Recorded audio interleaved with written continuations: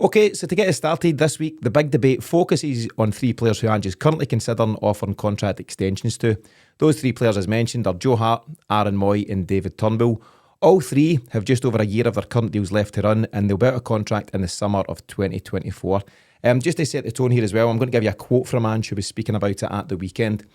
So he says, "It's about having discussions with these players. I need to know where they're at and where their heads are. Last year we had Beaton and Rogic with a year left. It would have been easy for me to let them roll on for another year, but after discussions, we came to a conclusion where we felt there was other opportunities they wanted to explore, so they moved on, which is fine. With these 3 guys, Hart, Mooy and Turnbull, I'm constantly talking to them about what their ambitions are. I want to make sure that every step of the way we're looking after the players' interests, but also looking after the club's interests too. Every decision will be made against that backdrop." So the question, more succinctly, and we'll look at each player individually, is, are these players the types of players that Celtic should be looking to take us forward from 2024 and beyond? Paddy, your initial response to that? I like the outlook, and I like how open and honest he was about how they approach it. Like we said, Celtic have been very, very clever in how they've went about their transfer dealings. It was only up until maybe the last couple of weeks of the season we knew that Rogic and Beaton were going to be moved on. And then obviously the way we've been bringing players in, it's very much a 48-hour window, and then the players arrived and signing. I think that's a brilliant position to be in as a club just now. For me, the process, if it's going to be like that, is just a massive sign of how much he's looking and continuing to think, what do we need to improve? What do we need to do? There's not going to be any much sentimentality from what we've seen already. You know, like one of my friends, Tam, I'm basically in a group chat where he always says we need to stop making songs bloody too early for players because they're going to leave quickly as well. And I kind of get where he's coming from. I think as fans we kind of maybe need to get used to this being the pattern now. You know, like we're not going to be hanging on to players as much as we used to. So I really like the approach. I think it works well. In terms of the 3 players mentioned, Hold on. Don't commit to it now. We'll get into them in a bit of detail. Right? I'm ready. Hang fire. No, hang fire. fine. James, what's your general response just now before we get into that detail? I think it's just Paddy said, it's forward thinking, and as much as Ange has been open there, he's not been open in the type of contract that he's looking to give them if there is a contract.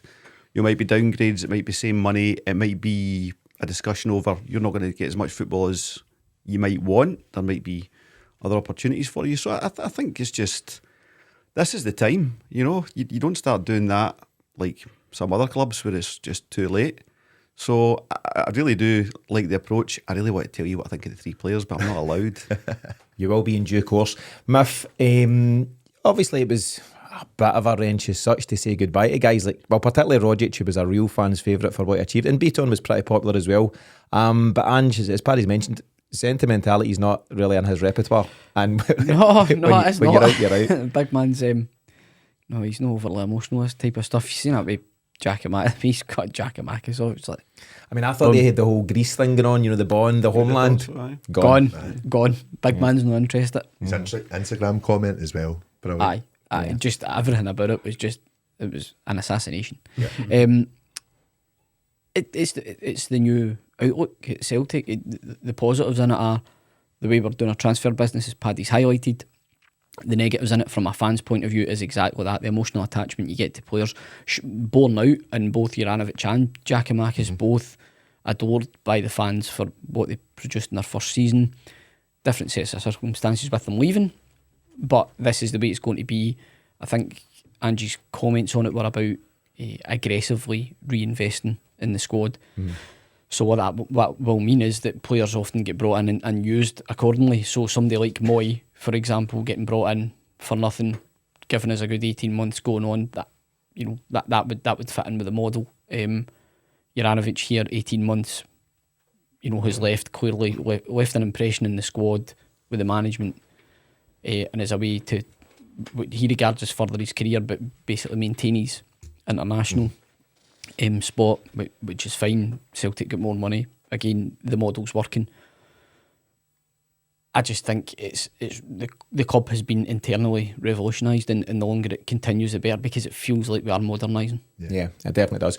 So we'll get to it now, James. Paddy, as you were. So we're going to run through fairly briefly, but run through each of the individuals in question, and I'll get a conclusion from you guys. Go on, Miff. Possible I should go in the middle here because I'm getting an awful feeling that these two are going to have a very similar opinion. We'll find out. Let's start with Joe Hart. So in terms of his profile, his fact file at this moment in time, 35 years of age, he'll turn 36 in April. Signed for the club on the 3rd of August 2021, same day as James McCarthy, I think. £1 million was the fee from Spurs. He's had 87 appearances for Celtic in that time and 40 clean sheets. And as we know, he's got 75 caps for England. I'll come to you first then, Paddy. Joe Hart, he's played a very important part, as important as anybody, since Ange brought him into the club at the start of his own reign. And no one can question what Joe Hart's done over the last 18 months or so. But what should his role be beyond next season? I find it a difficult one with Hart. I really do. I think he would be a great help to any team. Thanks, Dave. He would be a great help to any team. I just think that we need to look at the future, though. We need to think about getting a young goalkeeper in. And I say young, I'm talking 25, 26, 27. Someone is going to buy into the philosophy that Ange has set and, comes with potential sell-on value. We offer someone like Joe Hart a new deal. What does it do? He's not going to sit on the bench. He'll want to be number one because he'll still feel he has that in him. And he might even see that, I've done Celtic. I think it's time to go back home and try and get a club near Manchester and go and get 2-3 more years out there, or even do the abroad thing, whatever he wants to do. He's fairly ambitious, Hart. In fact, he's really ambitious. But I don't see him playing second fiddle. But I also don't see him being a number one after his contract finishes. Yeah, I mean, you make a good point, Paddy, in terms of sell-on value. There is none, right? We won't ever make any money for Joe Hart. But what experience that would be to pass on to the next young goalkeeper, James, if he were to be happy to be the number two and we brought this 25, 26-year-old in there to learn off him, there'd be a huge benefit in that. I'd go beyond that. I'd love to see Joe Hart stay at Celtic and start working with Stevie Woods on the goalkeeping coaching team. Just the level of experience he's got, learning new tricks at an old age like he has in terms of, Ange's football and playing it from the back. It would be invaluable not just to a replacement number one, but to the youth coming through thereafter. A real favourite, he's come in, done us a great job, and we needed a goalie, given what had gone before. He's come in, done that job for us. In terms of making money from him, he got us to the position to win the league and get into the Champions League, so we made plenty of money for his £1 million. So there's nothing nothing we need to recoup there. It'd be a sore one to lose, but I am with Paddy on this. He came to Celtic to play football, and I don't think he's lost that yet. Yeah. I think he'll want to go and play somewhere. I mean, I don't know what level he gets to, but he's probably still able to play a good solid level, and he'll want to do that until he's, 35, 36? Exactly, 35, turns 36 in April. There you go. Look at Buffon, you know what I mean? I can see Hart being that type of mindset as well. Like fit as a fiddle. Aye. Yeah. Matt, before I come to you for your own opinion, I'm going to give you a couple of quotes from Hart. So this was during last season, where he was asked about the decision to join Celtic. He says, "When I did my research on the club, the common message was that you don't know what you're getting until you get up there. And it's so true. I don't say that because I'm trying to impress anyone.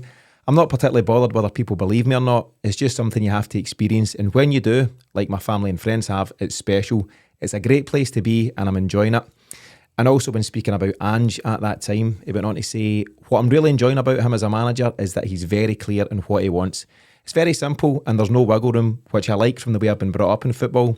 You like to be told what to do and how to do it, with a little bit of room to express yourself. Especially in my position as a goalkeeper, I like to keep things simple, and that's what this guy does. He spoke to us all as individuals before we came, and he sussed us out as characters. The thing I like is that he allowed me to speak very honestly. I've been around football a long time, and I was a little unclear on what I wanted from it, so I told him how I felt and what I needed to get the best out of myself. If that wasn't going to work up here, then I totally understood, but he felt like it was a good match." Miff, it's been a good match, hasn't it? It's been an excellent match, and Joe Hart probably wishes he'd done it a few years earlier, because it seems to have given him a new lease of life. He came here wanting to play football. He's done that. Ange needed not only a goalkeeper but a leader to support Callum McGregor. He's got that. James makes an excellent point. We spent £1 million on him, but what he's given us can't be measured in pounds and pence, because he's created that sort of dressing room leadership group, but he's formed such a great part of it. So I'm minded that Hart will not want to play second fiddle. He's become so established and such a leader within this team that he sees himself leading from the front and being on the pitch. I can't see there being a set of circumstances where he'd be happy to play number 2 and usher someone along, which is a shame because I think it would be ideal. But Joe Hart of Tottenham, Burnley and Torino was probably thinking the gloves are getting hung up. Aye. There's no place for me in the game. He's now come back and seen what he can still do at this age. He's played in the Champions League again. He's been part of a championship winning team or a double winning team. That, in my opinion, will have given him even more of a zest for playing for as long as he can. I would imagine that come next summer we'll probably just part our ways amicably and he'll be number 1 until that time. That's my opinion. I think we do need to bring in another keeper by night in the future. Who that is, I don't know. But Joe Hart certainly has done everything that's been required of him when he's been here.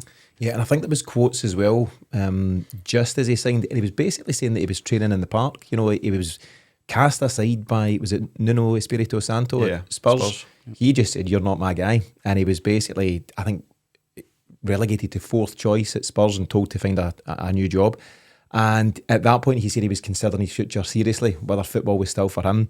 To go from that headspace to playing in the Bernabeu last season and everything else that come with Celtic, I think you're right, Miff. I think that just whets his appetite for saying, do you know what, I could have 5 more years of football, and if it's not at Celtic, where else could it be? What could my next challenge be? And I think maybe similar in ways to the Juranovic situation, everybody wins here.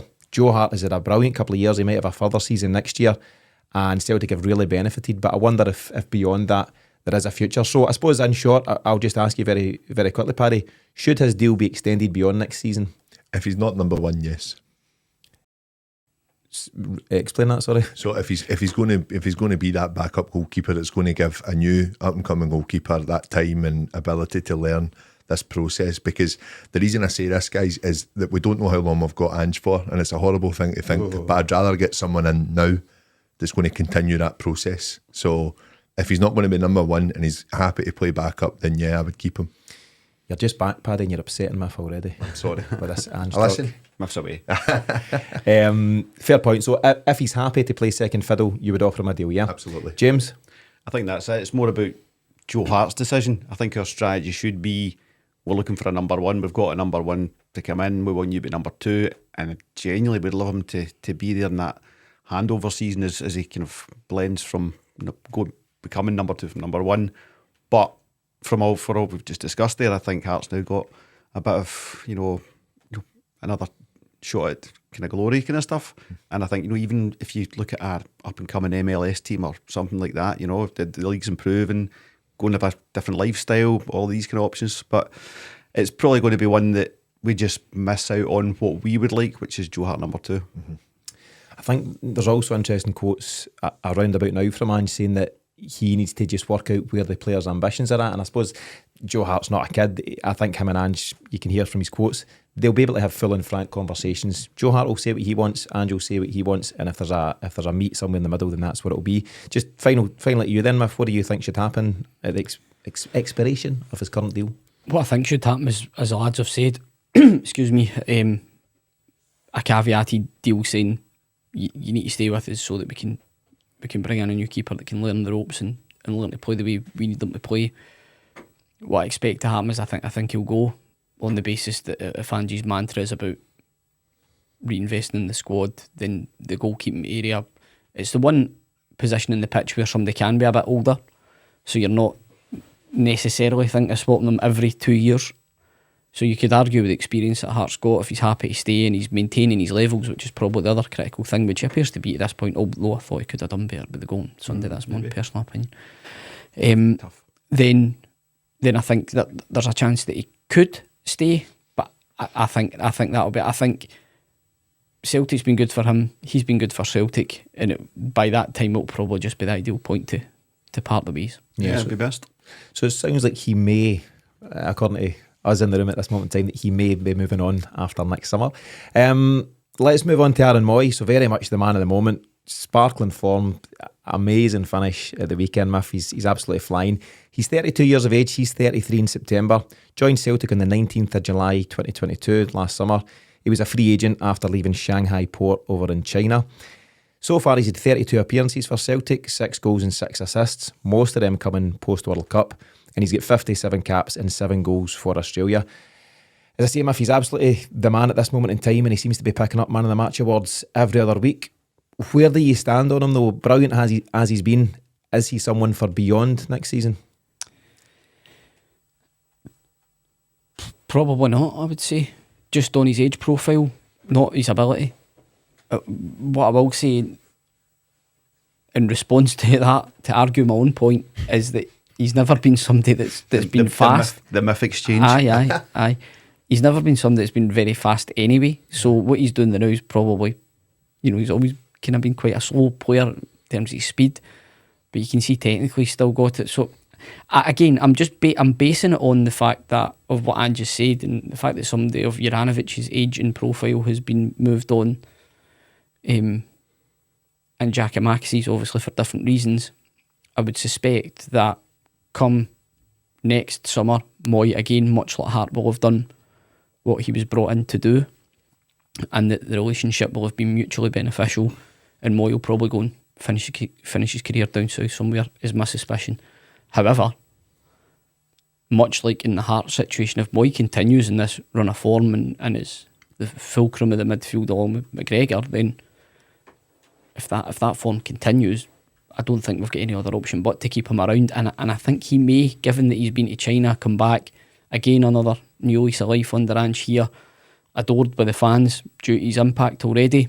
I think he is someone that would stick around to be part of the squad, unlike Hart. I think Mooy would maybe be someone you could, you need that sort of midfield experience that you can bring on to see out games and things like that. I think Mooy would be ideal for that. Whether or not he'd want to play a reduced role in the squad is another thing, but I have a feeling he too will move on. Yeah. An interesting approach there, Miff, playing devil's advocate against yourself. Yes, just having that solo debate. The three of us could just leave the room and leave you to it. Well, now that we've got a full house, it's limited airtime, so I'm making the most of it. That's it. Paddy, unlike Miff at the karaoke, Aaron Mooy isn't a man who thrives with a microphone in front of him. So he was speaking after the game against St Johnstone, and he was asked about his new song, first of all. His interviews are painful, there's no getting away from it. He just does not enjoy it. He said, "Yep, I don't like the attention much, but it's a great feeling," as in the song. "I try to hold back my smile, but I can't help it when the fans are singing. I'm enjoying it, and the fans enjoy singing it. You're playing for a big club, the fans are amazing, home and away, even around the city. It's a bit hard to explain, it's something you have to experience for yourself, and I'm enjoying it. It's just clicking together, maybe because of the role I'm playing and understanding it better and better and linking up and playing with my teammates." He was then also asked about the potential of a long-term deal. He says, "Long-term, I'm getting a bit older, I'm just enjoying what I'm doing day to day, and that's as far as I think ahead, so we'll see." So we will see, lads, but what do you think, Paddy? What's your take? It's funny, heading up to Perth yesterday, I was going up with Stevie, and two of us were talking about Mooy, and I was saying, like, fair play to him, just the form he's hit, and you know what I've said about him on this show, it's just another James McCarthy, and I have to say, like, coming for the World Cup, watching him, he put everything into it because Australia had played so well, and he gave everything, and he's very, very good at shoring up a game and just seeing everything out, like we've said. But what I've been so impressed with him is the technical ability and how good he has been in the final third of late, and unlocking our wingers quite well. He played an incredible pass yesterday from outside his boot right onto Daizen Maeda's run, and it was a good cross in with just the guys. Kyogo hadn't really kept up with the pace of the play. It was that good a ball. I just think that I was on the basis that, maybe everyone's reading into this a bit too much. I still think we need another level in Europe. And then just after that game yesterday, I'm a bit like, well, hang on a minute with Mooy. He's really, really turned my head, and I know. Have you been watching Love Island? No, absolutely not. No, the boys will tell you right now, man, I can't go that stuff. But that's another conversation. And sorry to hijack your moment here. I'm about their time this week, Tino. How was the bus with Stevie? Oh no, he drove. He drove. Aye. It was good. Good. He's asking for you. I thought it would be. What I think is really interesting, Paddy, and I'll bring this to you as well, James. We've spoken about Mooy since he arrived, and the chat when he came in at first and after his first few cameos was very much along the lines of, he's the kind of guy that you can bring on for the last 15-20 minutes to see out the game. Remember that whole school of thought that he was maybe a bit more defence minded, and he would keep possession and recycle it, and he wouldn't give it away. He's flipped that on its head in the last few weeks and months, and he's now the guy. You're not looking for him to sit and play safe. You're saying go on and be creative. His finish on Sunday was fantastic, and his through ball for Kyogo for the first goal. The vision he's got in that more advanced position in midfield. He's a match winner. He's a guy that's going to go and create space and create opportunity. He's far more than we thought he would. The big thing for me, the big thing for me on this is that he is so determined. And I wonder if, obviously, the move to China, he's probably thought to himself, right, this is at the beginning of the end of my career. He's just got bored, because he must have been like, I've got a World Cup coming here. I want to really try and put an effort in. It's a testament to the guy, what he's done. Totally turned it around, and I hold my hands up to him. Just on the point of exactly the thing you said there, Tino, I think we need to give a bit of kudos to one of our Australian listeners who actually said when Mooy signed, I remember reading it in the comments, Aaron Mooy will win you games of football. He actually said that. I can't remember for the life of me who it was. Khalil? But was it? Possibly Khalil, yep. He's good. He's our kind of correspondent from that part of the world, and he's good. He's always got some. He specifically said that. He's like, Aaron Mooy will win you games of football. I'm like, aye, right, mate. Yeah. So, daft Aussies. So I'll come to you, James, because you're not alone, but you weren't convinced by Mooy at the start. I think most of us have been turned by his recent performances. Where are you at in Aaron Mooy at this moment in time, and also moving forward? I think first and foremost you have to give credit to Aaron Mooy for listening to the show and hearing my feedback on him, and just thinking I need to knuckle down here and He's not happy. have a strong World Cup and see if I can save my career. So thanks, Aaron, for doing that. But yeah, I mean, nobody can deny what's in front of their eyes, and he's playing some beautiful football. It's the way he strokes the ball as well, even just something like that, his goal was stupendous, we all know that. Where I'm in the end is he's in great form and no doubt, but all of these players, and probably all of the players, I view them through is he good enough for the Champions League prism, and I think Mooy will do bits for us in the Champions League next season, but the pace of football at that level could pass him by, and I would worry going beyond summer 2024 where he is then in terms like there's no long-term contract I don't think for Aaron Mooy, because he'd be coming on 34 then, if not 34 already, but you never know that he might be enjoying the environment. Ange is going to stay around another year or two at that point maybe, and he says, well, do you know what, I can then do what you thought I was going to do, be the 15-20 minute guy. So I wouldn't rule it out, because he's got to a different level that I certainly didn't think he was going to get to. But is he going to be good enough to play first team football in Champions League? For me, no, even in current form, because the pace is going to pass him by. You saw he was outstanding for Australia in the World Cup, but one we spoke about at the time, a ball went down the wing and the pitch at his mercy, and he just went, absolutely not, that's not for me.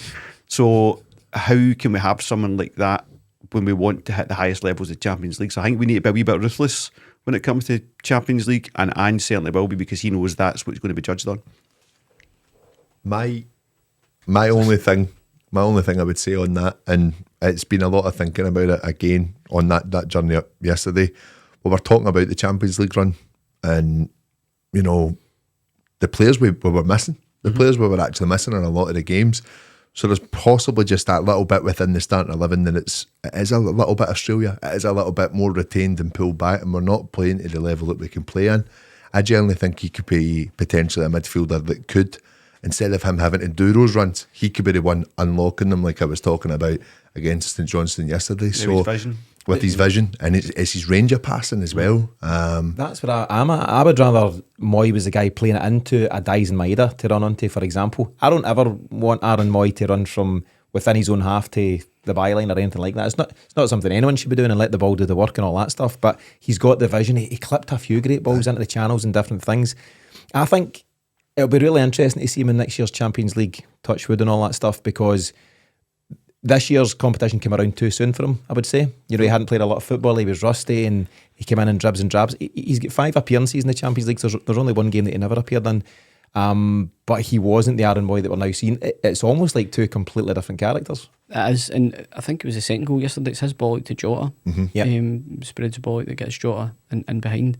I would agree with you there, Tino. I think that's a fair assessment to say he's went away and he's kind of reached peak form for the World Cup, which was always probably the intention as far as he was concerned. He's come in, that's an agreement, he's had to come in, do his best for Celtic in the meantime, but obviously get himself peaked for the World Cup. But we're now seeing the absolute benefit of that. So yeah, I think he's best judged in next season rather than earlier in this season. Yeah, and I wonder if on that note, Ange doesn't need to hurry into offering him a new deal. Maybe he'll sit tight and just see where Mooy is.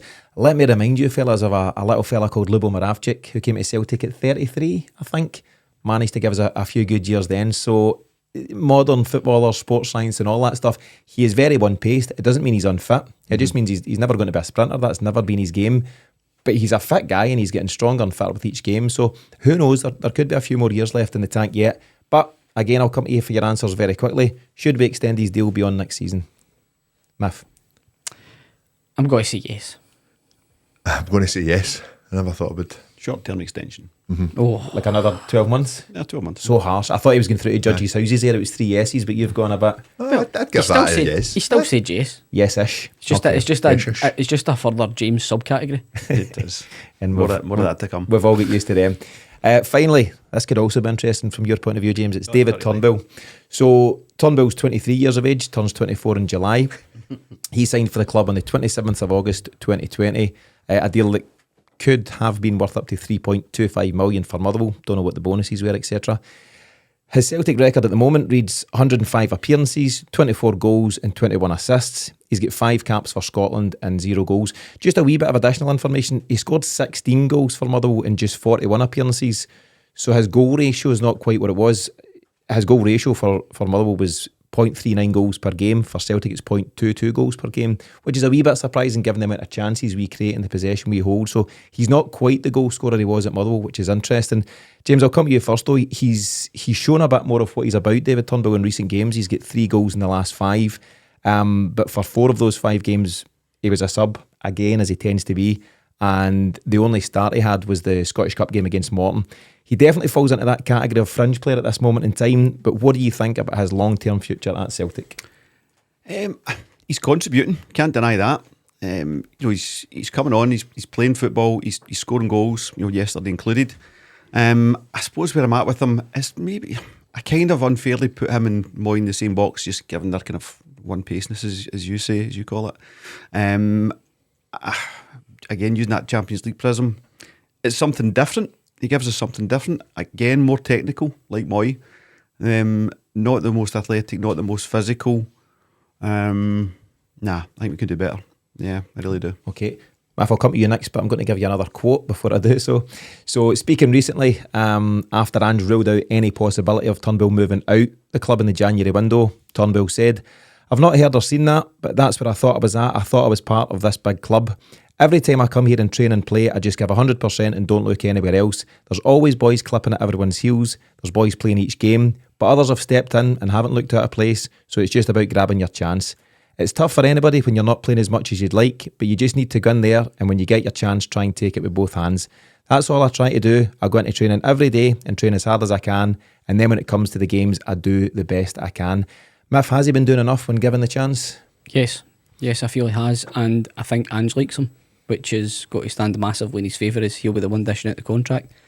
I don't think he's dominated any game since he's come on. He scored, he was contributing in terms of goals, but he's not come on and taken the game by the scruff of the neck. I think he's taking his chances though. He's taking his chances to shine. I think he's come on many times and been anonymous. I think he's come on and maybe just retained possession when the game. You could argue he could maybe coming on and doing more when he's on the ball, but too safe. He's too safe.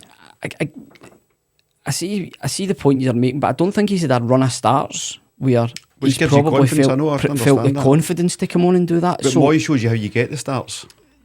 Well, yes, but he gets suspended at a bad time as well. There's been mitigating circumstances, even for his full Celtic career, you can say that, because he's had bad injuries throughout it. I just think he is a talent worth persevering with. He's 2-footed. For the way that Ange plays, he can be that pivot in the midfield. Much like Hatate, they're two totally different players, but they do kind of offer the same thing. I'm just a great believer in Turnbull's talents. He is very one-paced, yes. However, a Scottish player like him that can shoot for range with both feet and, he's got a really good delivery. I just think he's worth persevering with. I also think it's good to have different types of midfielders in there. They can't all be the same. They can't all be Hatate. They can't all be Callum McGregor, who, these guys are good at linking the play and short, incisive passes. Turnbull is potentially the only guy that we've got just now that can score from range. His last 3 goals have shown that. He's the guy that's got the ability to pull the trigger and score from distance. His finish against Morton, the way it just breaks from the edge of the box, there was very little pace on the ball, but the accuracy was incredible. He's just clipped it inside the post.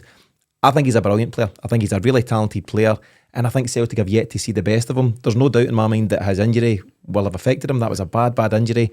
And then he picked up the bad hamstring injury in the League Cup final. Up until that point, Miff, he had been an absolute stalwart of Ange's team. He started every game, I think, that Ange could have picked him for up until then. And then obviously in the interim, we've brought in Rio Hatate, Matt O'Reilly and now Mooy. So he finds himself further down the pecking order. But I think Ange believes in him. I think he feels he's got something to offer. And personally, I'd love to see him offered an extension to show the best of what he's got. Unless there's unless Mooy or O'Reilly or Hatate are seriously injured, I think he's still going to continue to be that player that comes on with 10-15 minutes to go for the remainder of this season. The big thing for me, if that is the case for David Turnbull, he's obviously a young guy, he's thinking about his career, he's thinking about the next steps, and you're not linked to the Premier League for no reason. There is definitely a talent there. I don't think any of us would deny it. But I just think what I've noticed, and it is what you say there, Tino, it's the injury. It's the injury's definitely playing on his mind. And I think the return to football after what had happened, getting that bit of time with Motherwell to try and get back up to fitness, done him the world of good. But again, he was the best of a bad bunch at Motherwell, in the sense of, not the best of a bad bunch, he was the best player there. And he liked that, being the main man almost. He was basically the main man in the Lennon season. We've all spoke about that, because he put everything into it. He had to shine, he had to show what he could do. Does that not give you encouragement that when given the responsibility he can thrive? I think the opposite. That disappoints me that he's dipped since then, because he was outstanding. Exactly, and I get obviously he's had the hamstring issue in that League Cup final you're talking about as well. My worry is that it comes down to the confidence of himself too. I speak about him being safe. He took the ball into his feet yesterday, and he had an option to kind of take the player on, albeit 4-1 game done. I understand that side of it. It's just basically managing things. But he just looked for Carter Vickers straight away when he got the ball, and it's just a player for me that if the ball presents himself in front of the goals, any natural footballer is going to run and try and hit it. That's what's playing for him. That's where these goals are coming from. But I'm not seeing him taking the game in the scruff of the neck or anything. I think he's got one last pre-season, and I think that could be it. It's whether it's make or break for him. And I would say that's kind of fair, because I don't think any of us deny David Turnbull's ability. We know that he can do it. We've seen him do it in a green and white shirt. It's just whether he can switch his mentality back to a good place and have the confidence to go and excel. We know he's got goals. We know he's got great vision. He's young Scottish talent, Miff. He's got loads to offer. But yeah, it's an important time for him and a few other of his teammates as we head into summer. And again, maybe where Ange might be with Aaron Mooy, maybe he'll just see how David Turnbull responds between now and the end of the season before making his final call. So, just one last point on it. You'd mentioned recently that he changed his agent to Christie's agent. I believe so. Just going back to Ange's question, to see where he's at, and where he's at might be somewhere different from this conversation entirely. Maybe going, I want to play football, I believe in myself, maybe my style doesn't suit your style of football, and it is better for everyone that he moves on, or I'm going to run that contract out and get the dough. There's a lot of different options out there. Mystery option C, yeah. He might want a new deal at Celtic, and he's got an agent who's going to help him get that if he provides the performances on the pitch. So your conclusion for Turnbull, Miff, you're a big fan, you want to see him extended. Paddy, this summer, this is a big test for him. And James, not for you? I don't think it'll happen, no. Should maybe cash in. Okay. Where are we at in the overall conclusions for the three guys then? Generally speaking, sell the lot. Joe Hart, if we can convince him to be a backup. Mooy, if he gets off the smokes. Mostly yes, if he gives up the smoking. And Turnbull very much splits the camp. So it's an interesting one. I'm sure various fans will have various different opinions on all three of the players, and that's what keeps it interesting. But sure, we'll find out soon enough what Ange's intentions are with each of them.